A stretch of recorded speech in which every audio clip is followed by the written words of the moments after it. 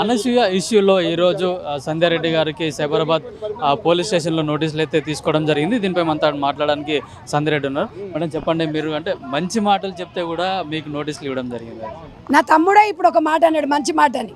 ఒక తమ్ముడుగా మరి ఆమెకు ఎందుకు లేదు మానవత్వం? ఒక మహిళగా బట్టలు నిండి గప్పుకోమంటే కేసులు పెట్టింది.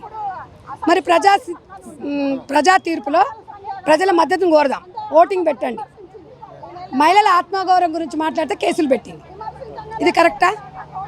మరి ఆమె ఆత్మపరిచయం నేను మారుతుంది అనుకున్నా. సమాజం మీద ఆమెకు బాధ్యత ఉంది అనుకున్నా. ఇప్పటి వరకు కూడా ఒక సోషల్ సర్వీస్ చేయలేదు, 10 మందిని ఆదుకోలేదు, 10 మహిళల ఆత్మగౌరవం అంటూ ఏదైనా ఉంటే మాట్లాడలేదు. అత్యాచారాలు జరుగుతున్నప్పుడు మరి ఎప్పుడు స్పందించలేని వ్యక్తి ఈసారి ఎందుకు స్పందించింది? మీకంటే ఏదైనా చెల్తుందమ్మా, మిడిల్ క్లాస్ వాళ్ళకి చెల్లదు.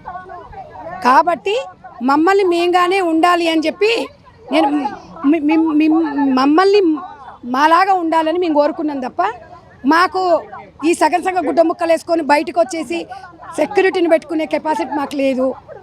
మా హక్కులను నువ్వెందుకు హర్షిస్తున్నావు అంటున్నావు. నాకు స్వేచ్ఛ ఉంది, అందు గురించి నేను పెట్టినా చెప్తున్నాను. ఆమెను స్వేచ్ఛ ఎవడొద్దన్నాడు? ఆమె స్వేచ్ఛ ఎక్కడ వరకు? ఆమె ఇంట్లో వరకు. పబ్లిక్లోకి వచ్చినప్పుడు ఇట్లనే రియాక్ట్ అవుతారు. రియాక్ట్ అయితే కేసులు పెడతారా?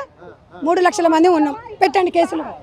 మదర్ ఫౌండేషన్లో 3 లక్షల మంది ఉన్నాం, వాళ్ళ మీద మీరు పెట్టండి, మీ మీద మేము పెడతాం. మరి ఇక ప్రజాస్వామ్యంలో మరి ఇక నువ్వు షూటింగ్లకు అట్లా వెళ్ళగలుగుతావు? బయటికి వెళ్ళలేరు కదా. ఒక అక్క చెప్పినా, ఓ చెల్లెగా చెప్పినా మారమ్మా అన్నావు. మారంటే నీ మాటల్లో మార్పు రావాలన్నా. నువ్వు ఎలాగైనా ఉండండి, మాకు సంబంధం లేదు, ఇప్పుడు కూడా చెప్తున్నా. కానీ సమాజంలో మహిళల ఆత్మగౌరవం కోసం ఒక బాధ్యత వహించు, ఒక బ్రాండ్ అంబాసిడర్ కూడా. ఎందుకు అంటే దేశంలో ఎవరికి రాని అవకాశం నీకు కొన్ని కోట్ల మంది మహిళలను నీకు వచ్చింది. కాబట్టి నువ్వు ఒక బాధ్యతగా మెలగాలి తప్ప కేసులు పెట్టించి నువ్వు నోరు నొక్కుతా అంటే ఎవడు ఊరుకోడు. ఒక్క సంధ్యారెడ్డి 100 సంధ్యారెడ్డిలో వస్తారు రోడ్డు మీదకి. కాబట్టి ప్రజాస్వామ్యంలో డెఫినెట్గా కోర్టు ద్వారానే లీగల్గానే ఎదుర్కొంటాం. కోర్టు నాకు పోలీసుల వ్యవస్థ మీద నమ్మకం ఉంది, బాధ్యత ఉంది. కాబట్టి నేను స్టేషన్కి వచ్చిన. అంటే సినీ ఇండస్ట్రీలో ఇవన్నీ కామన్, అట్లా ఉంటేనే సినిమాలలో అవకాశాలు వస్తాయని చెప్పేసి కూడా అనుకుంటున్నాను. సార్ నేను ఏమనట్లేదు, మీ అవకాశాల కోసం మీరు ఏమైనా చేసుకోండి, కానీ ఇది సమాజం మీద భ్రష్టు పట్టించకండి. మీరు ఎలాగానే ఉండండి. బాలీవుడ్ హీరోయిన్లు కూడా ఇంతకంటే ఎక్కువగా బాలీవుడ్ అంతా మనది ఇంకా అంత ఎదగలే. మన తెలుగు సాంప్రదాయాలను కట్టుబాట్లను మనం ఉంచుకుందాం. వాళ్ళ గురించి మాట్లాడితే అదో వేరే సబ్జెక్టు. అందుకే చెప్తున్నా, ఇండస్ట్రీలో కూడా ఒక ప్రొడ్యూసర్కి, ఒక డైరెక్టర్కి సమాజానికి మంచిని ఇవ్వండి, మంచి సినిమాలు తీయండి, ఫ్యామిలీ పరంగా వచ్చే మూవీస్ తీయండి. చిన్నపిల్లల్ని చెడగొట్టే విధంగా ఉండొద్దు. మెయిన్గా సోషల్ మీడియా ఓపెన్ చేయగానే చెత్త చెదారం మొత్తం ఇంట్లో వస్తుంది.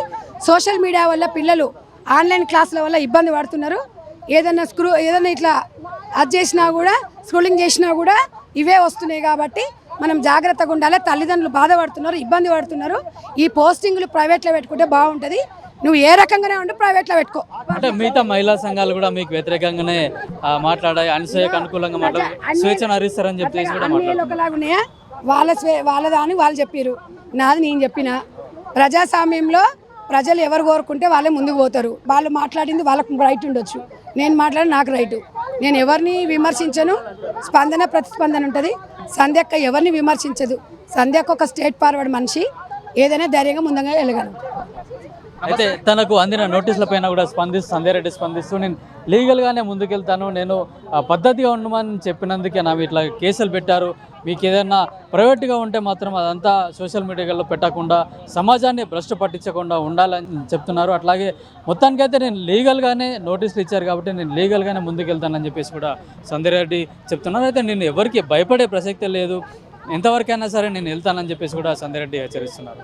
కెమెరామెన్ కిరణ్తో కిరణ్ కుమార్, పల్లవి టీవీ, సైబరాబాద్ పోలీస్ స్టేషన్.